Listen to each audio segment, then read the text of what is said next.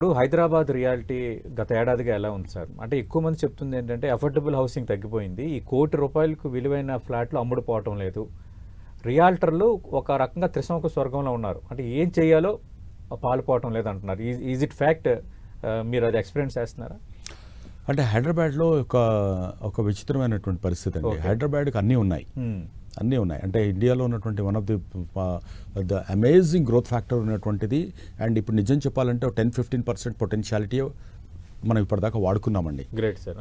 మీరు ఒక్కసారి నేను చాలా మీటింగ్స్లో కాన్ఫరెన్సెస్లో కూడా చెప్తుంటాను. ఒకసారి మీరు హైదరాబాద్ ముఖ చిత్రాన్ని కనుక మీరు ఒకసారి కళ్ళు మూసుకొని ఊహించుకుంటే Sir. మనకు RRR, ORR దీన్ని కనుక తీసుకుంటే స్ట్రాటజిక్ డెసిషన్స్ జరిగాయి. ఒక దిక్కు ఎయిర్పోర్ట్, ఒకవైపు మనకు ఐటీ, ఇంకోవైపు బయోటెక్నాలజీ, ఇంకోవైపు హార్డ్వేర్ అవును. పార్క్స్ కానీ ఇదంతా కూడా అదంతా రావడానికి systematic గానే ఉంది కొంత. చాలా సిస్టమేటిక్గా ముందే జరిగిపోయింది. అన్లైక్ మన బెంగళూరు కానీ మిగతా సిటీస్ తోటి జరిగిపోతే అవును, కనుక అవును. ఓకే. అండ్ మంచి కనెక్టివిటీ అన్నిటికీ ఓఆర్ఆర్ అనేది కనెక్ట్ అయింది. ఇప్పుడు మనకు మంచి చక్కగా రైట్ టైంలో RRR కూడా మనకు ప్లానింగ్ అయ్యి ఉందండి. ఇక్కడ ఒకటే వచ్చింది ఏంటంటే తెలుసో తెలియకనో వెస్ట్ సైడ్ మనం చాలా ఎక్కువగా ప్రిఫరెన్స్ ఇచ్చేసి గవర్నమెంట్ కూడా డబ్బులు కావాలన్నప్పుడు అక్కడ ప్రయారిటీస్ చేసేసి అక్కడ అటువంటి ఆక్షన్ మెథడాలజీ తీసుకొచ్చి రేట్ ఇన్ఫ్లేట్ అయిపోయినప్పుడు ల్యాండ్ లార్డ్స్ అనే వాటి ఎక్స్పెక్టేషన్ చాలా పెరిగింది.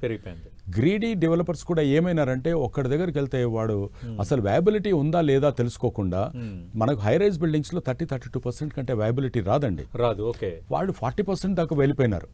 వాళ్ళు ఏంటంటే ఈ అన్డివైడెడ్ షేర్ యూడిఎస్ లోకి వెళ్ళిపోయి ప్రీ లాంచ్ లోకి వెళ్ళిపోయి ఈ ఒక విచిత్రమైనటువంటి పరిస్థితి కొంతమంది డెవలపర్స్ అన్ప్రొఫెషనల్ గా స్టార్ట్ చేయడం తోటి ఓకే. ఆ ప్రొఫెషనల్ గా డెవలప్ చేయాలనుకునే వాళ్ళకి కానీ మార్కెట్ ని కానీ అది కొంచెం సిస్టమ్ ను డిస్టర్బ్ చేసింది. అక్కడ ఈ ఈకో సిస్టమ్ నుంచి బయటికి రావాలంటే గవర్నమెంట్ టైం టు టైం కొన్ని తెస్తున్నా కూడా Okay. అందులో ఉన్నటువంటి కొన్ని లూపోల్స్ ఉన్నాయి. యూడిఎస్ మీద కొంత తీసుకొచ్చారు, ప్రీ లాంచ్ల మీద రేరా అంటుంది. అవును. బట్ అది కూడా ప్రీ లాంచ్లలో ఒక కమిటీ ఉండి వాటిని ఎప్పటికప్పుడు కొంచెం జాగ్రత్తగా చూసుకొని ఉంటే దీంట్లో జరగదు. అవును. ఈ ఆక్షన్లోకి వచ్చినప్పుడు కూడా ఏంటంటే మళ్ళీ కొంతమందిని పుల్అప్ చేసి ఆ ఆక్షన్లో పార్టిసిపేట్ చేసి ఓకే.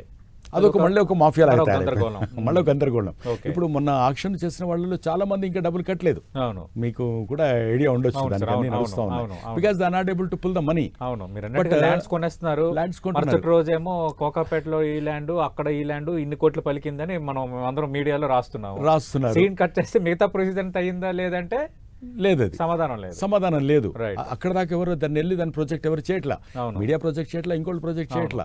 సో ఎండ్ పాయింట్కి వెళ్ళట్లా. సో కోకాపేటలో మనకు 170-180 crores వెళ్తున్నప్పుడు ఫైనాన్షియల్ డిస్ట్రిక్ట్ లో కానీ హైటెక్ సిటీ దగ్గర వెళ్తున్నప్పుడు శంషాబాద్ లో ఎందుకు 50-60 అమ్మకూడదు? అవును. అంటే అది జస్టిఫికేషనా కాదా? స్క్వేర్ ఫీట్ లో కన్వర్ట్ అవ్వగలుగుతుందా? ఎండ్ యూజర్ కి ఎంత పడుతుంది? Right. బట్ అలా అది correct కాదు కదా, imbalance అయిపోతుంది కదా. ఇంబ్యాలెన్స్ అవుతుంది. అక్కడ ఉన్నటువంటి అక్కడ ఒక 5-6 ఎకరాల కంటే లేదండి. అది కమర్షియల్ వాళ్ళు దాదాపు 15,000-18,000 పెట్టుకొని అక్కడ డిమాండ్ ఉన్నవాడు వెళ్తాడు. అక్కడ ఉన్నటువంటి 1,000 ఎకరాలను ఇక్కడ ఉన్న 2 ఎకరాలతో మీరు ఎలా పోలుస్తారు దాన్ని? Though I'm a builder. ఎప్పుడు మనం దీంట్లో చూసినా అవును సార్. ఒక సోషల్ కాన్షియస్నెస్ అనేది బిల్డర్ కి లేకపోతే లాంగ్ టర్మ్ ఇందులో ఉండలేమండి. ఓకే. అంటే మార్నింగ్ లేవగానే మనం ఇది క్యాలిక్యులేషన్ చేసుకుంటుంటే కాదు. అవును. ఏ కంపెనీలో తీసుకున్నాండి, ఇప్పుడు మీ ఛానల్లో తీసుకున్నా, మా ఆఫీస్లో తీసుకున్నా, ఎక్కడ తీసుకున్నా ఈ బ్రాకెట్లో ఉన్న వాళ్ళే ఎక్కువ ఉంటారండి. Yes. 50,000 రూపీస్ నుంచి దీనిలో ఉన్న వాళ్ళే ఎక్కువ ఎక్కువ మంది ఉంటారు. ఉంటారు. సో వాళ్ళను మీరు సిటీ మధ్య నుండి కొంచెం బార్డర్ నుంచి ఇంక అవతలికి తరిమేస్తున్నారు మీరు. రైట్.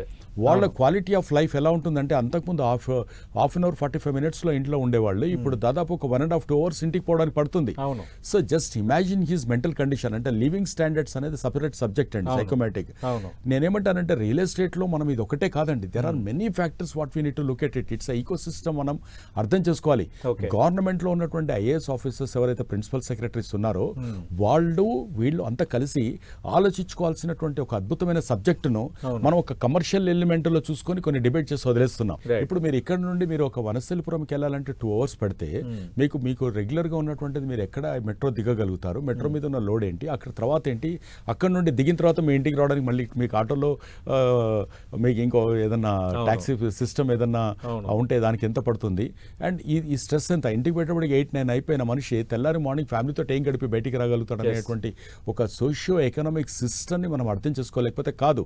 సో దీనికి ఏమంటున్నానంటే ఇవన్నీ దృష్టిలో పెట్టుకొని మనకు ఒక మాస్టర్ ప్లానింగ్ అనేది హైదరాబాద్ లో జరగాలనేది నేను ఫస్ట్ మాస్టర్ ప్లానింగ్ జరగాలండి. అది గ్రేట్ సార్. ఇండియాకు ఉన్నటువంటి ఒక చిన్న డిసడ్వాంటేజ్ ఏంటంటే we're not quality conscious people. మనము cost conscious people but not not quality conscious అవునవును, రేట్ తగ్గితే చాలు. రేట్ తగ్గితే చాలని చూస్తాం. ఆ క్వాలిటీ కాన్షియస్నెస్ ను మనుషుల మైండ్ లోకి మనం ఎలా తీసుకురావాలి. రైట్. సో మళ్ళీ ఎఫోర్డబుల్ వేరు, చీప్ కన్స్ట్రక్షన్ వేరు. అవును, మనం చీప్ వైపు వెళ్ళకూడదు. అవును. ఎఫోర్డబుల్ లో గవర్నమెంట్ ఎలాంటిది కొత్త ఐడియాస్ ని మనకి ఇస్తుంది, మీరు సజెస్ట్ చేయగలగాలి. ఒక దానికి ఒక సపరేట్ సిస్టమ్ ఉండాలి. అవును. ఇప్పుడు నాక్ ఉంది, నేషనల్ ఎకనామిక్ స్కిల్ డెవలప్మెంట్ చేస్తుంది, అవును. ఎన్బిసిసి ఉంది, లేదా ఇంకో కొన్ని గవర్నమెంట్ ఆర్గనైజేషన్స్ ఉన్నాయి. They are preparing some guidelines. ఆ గైడ్ లైన్స్ ఎట్లయితే ఉన్నాయో ఇక్కడ కూడా మీరు ఇలా కాస్ట్ ఆఫ్ కన్స్ట్రక్షన్ తగ్గించుకోండి. ఇంకా పాత ఓల్డ్ ట్రెడిషనల్ మెథడాలజీ నుండి మనం బయటకు వచ్చేసి ఇలా ఫాస్ట్ ట్రాక్ కన్స్ట్రక్షన్ 1 year లోపల అయిపోతే మీకు ఇలా తగ్గిపోతుంది. ఒక్కొక్క కన్స్ట్రక్షన్ 3 ఏళ్ల నుంచి 4 ఏళ్లకి వెళ్ళిపోతుంది, 5 ఏళ్లకి వెళ్ళిపోతుంది. దానికంటే ఇంకా ప్రిఫాబ్ సిస్టంలోకి మిగతా వాటికి ఎలా ఉంటుంది. అక్కడ కాస్మిక్ సెస్మిక్ దీన్ని తీసుకొని దాన్ని బట్టి ఒక గైడ్ లైన్స్ అని ఇచ్చేటువంటి ఒక రూల్ బుక్ ప్రతి చోట కూడా రావాలండి. Yes, sir. ఇవన్నీ కూడా వాటికి కూడా డబ్బులు అలాట్ చేస్తున్నట్టు ఈ బడ్జెట్లో ఉండాలి. సార్